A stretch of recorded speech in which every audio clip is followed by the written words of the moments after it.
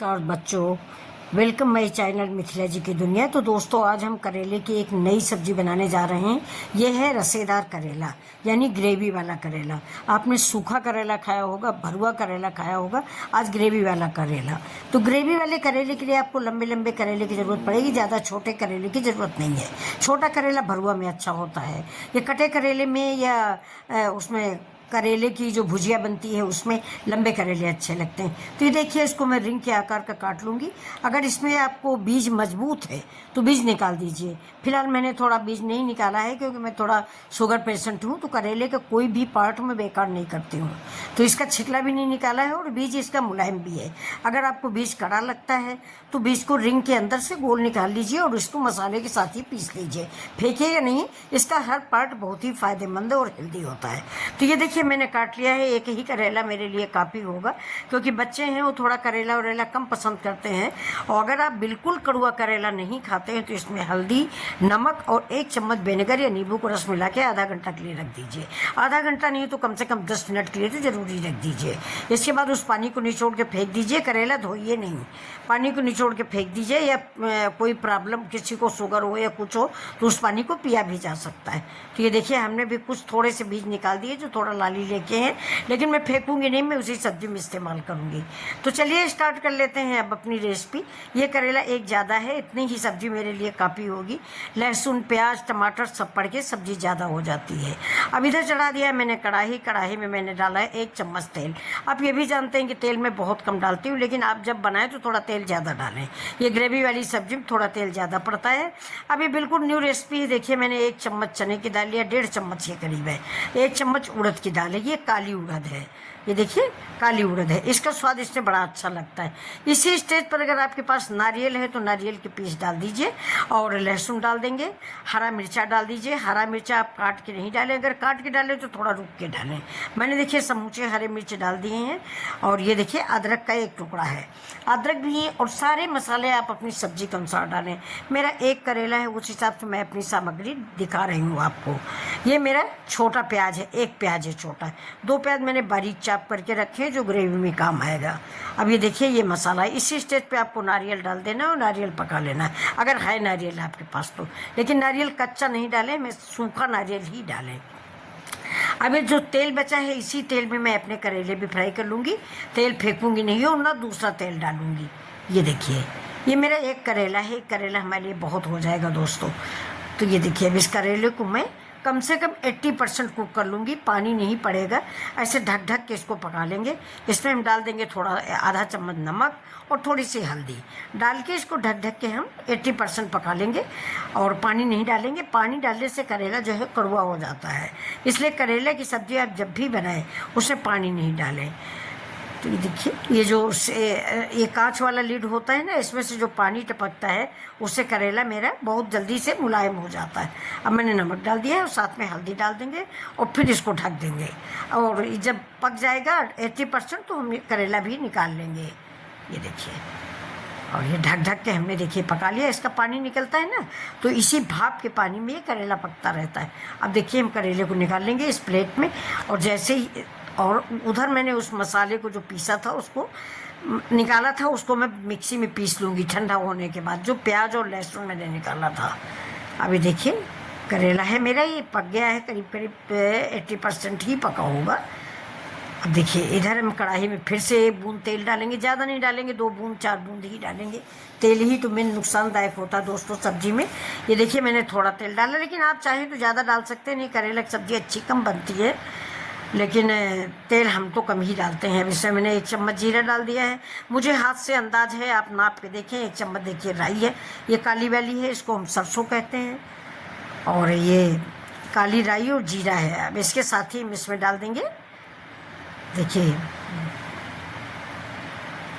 ये, इसको हमने फ्राई कर लिया है। अब डालेंगे ये जो मेरा बारीक कटा हुआ प्याज है। देखिए प्याज का पेस्ट मत बनाइएगा, ऐसे ही बारीक बारीक आप चापर में चाप कर लीजिए, चाकू से काट लीजिए। ना प्याज बड़ा काटिएगा और ना पेस्ट बनाइएगा, बिल्कुल ऐसा जैसे मैंने छोटा छोटा काटा है। ये क्रंची क्रंची सा ग्रेवी में बहुत अच्छा लगता है।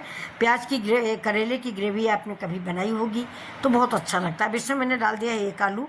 जैसे हमारी बेटी को करेला थोड़ा कम अच्छा लगता है तो मैंने 1 आलू डाल दिया है। तो करेला नहीं पसंद आएगा तो आलू खा लेंगी। और इसी साथ ही मैंने ये 1 टमाटर का पेस्ट डाला। ये सारी सामग्री आप अपनी सब्जी के अनुसार डालें। करेला आपको ज़्यादा है तो 2 टमाटर ले लें, लहसुन प्याज ज़्यादा कर दें। करेले में प्याज जो है बहुत ही अच्छा लगता है। करेले में प्याज के मिठास से ही करेले का स्वाद बढ़ जाता है और वो बैलेंस हो जाता है। देखिए टमाटर डाला, टमाटर के साथ ही जैसा आप जानते हैं नमक पड़ गया है। ये देखिए टमाटर के बाद तुरंत नमक डाले। वैसे इसमें गलना नहीं था, ये तो पेस्ट है, लेकिन फिर भी थोड़ा सा नमक हमने डाल दिया। और ये ध्यान रखें कि नमक हमने करेले में भी डाला है, इसलिए नमक ज़्यादा नहीं होना चाहिए। फिर मैंने इसको ढक दिया है।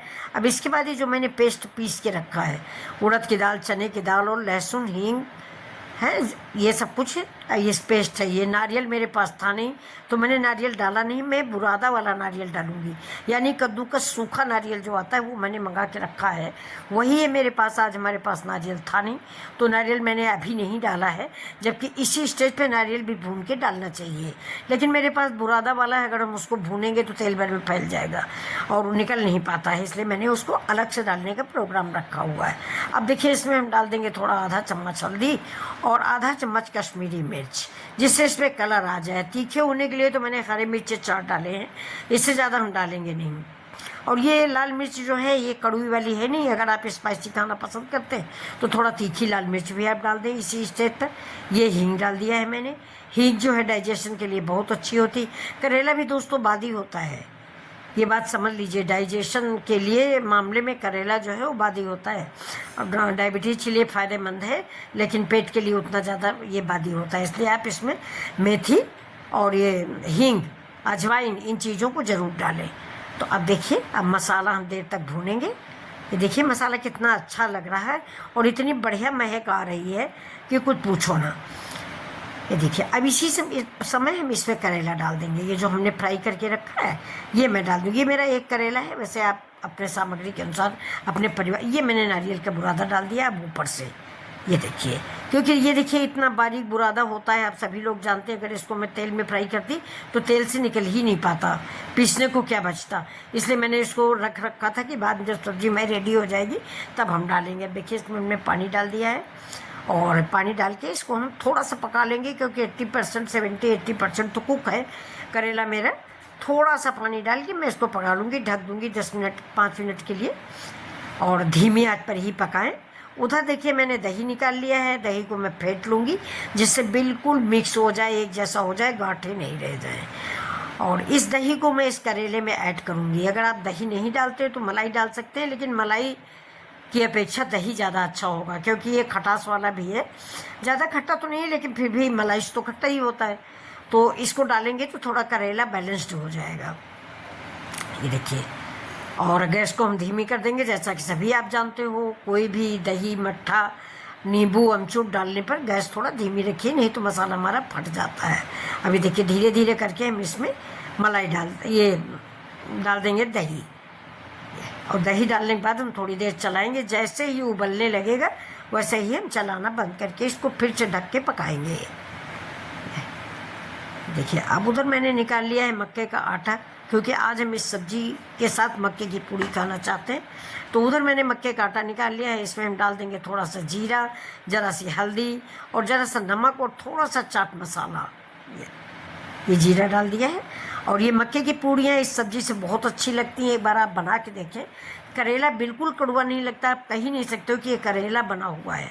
किसी को दे दोगे तो किसी को पसंद नहीं है, पता नहीं चलेगा कि ये करेला है। और उसके बाद ये बनाइए मक्के की पूड़ियाँ।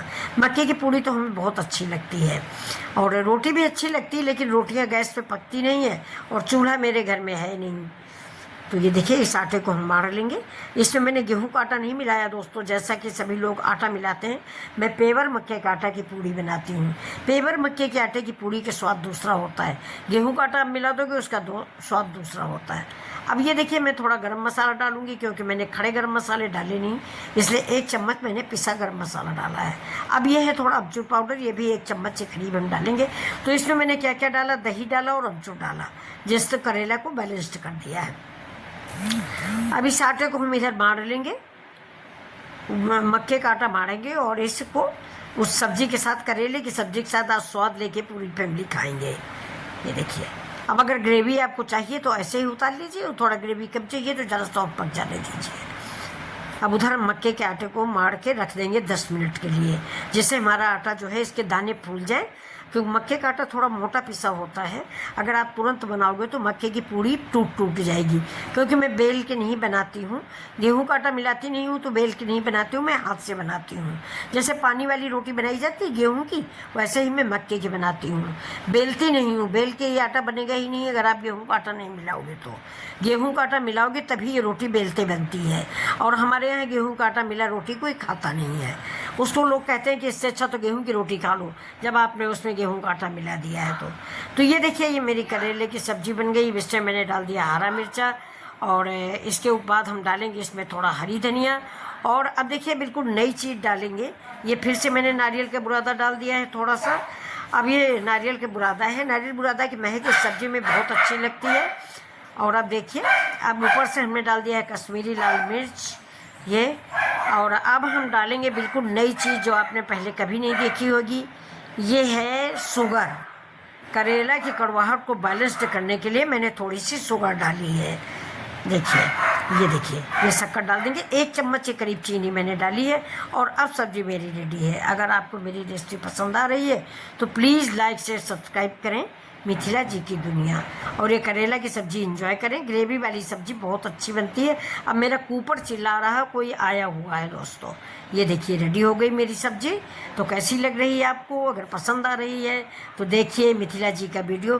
प्लीज़ आप लोग लाइक शेयर सब्सक्राइब जरूर कीजिए, मेरी रिक्वेस्ट।